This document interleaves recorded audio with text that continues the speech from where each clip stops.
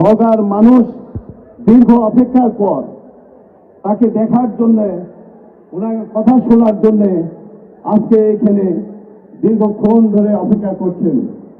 প্রিয় নেতা, আজকের এই অনুষ্ঠানের সভাপতি জনাব আবু বকর সিদ্দিক নান্ন, নওগাঁ জেলা বিএনপির সভাপতি। প্রিয় নেতা, নওগাঁর মাটি বিএনপির ঘাঁটি।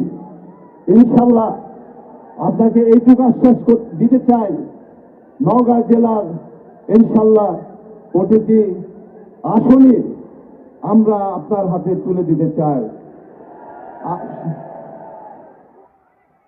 নওগাঁর মানুষের যে মৌলিক যে দাবি, দীর্ঘদিন ধরে নওগাঁর যে যানজটের সমস্যা, সেই সমস্যাটা সমাধানের লক্ষ্যে নওগাঁ শহরের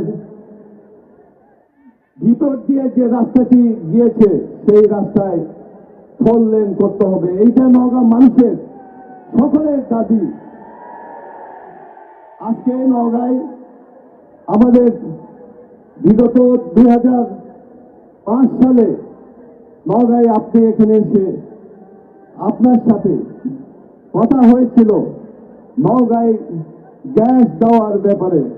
আমি আপনাকে স্মরণ করে দিতে চাই সেই কথাটি, আপনি নওগাঁয় গ্যাস আনার জন্য প্রয়োজনীয় ব্যবস্থা করবেন।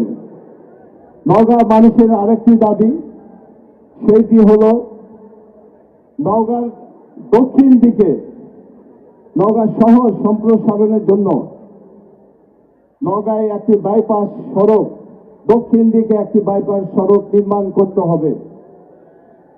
আরেকটি জিনিস, সেইটি হল নওগাঁয় খেলাধুলার ব্যাপারে জাতীয় পর্যায়ে আমাদের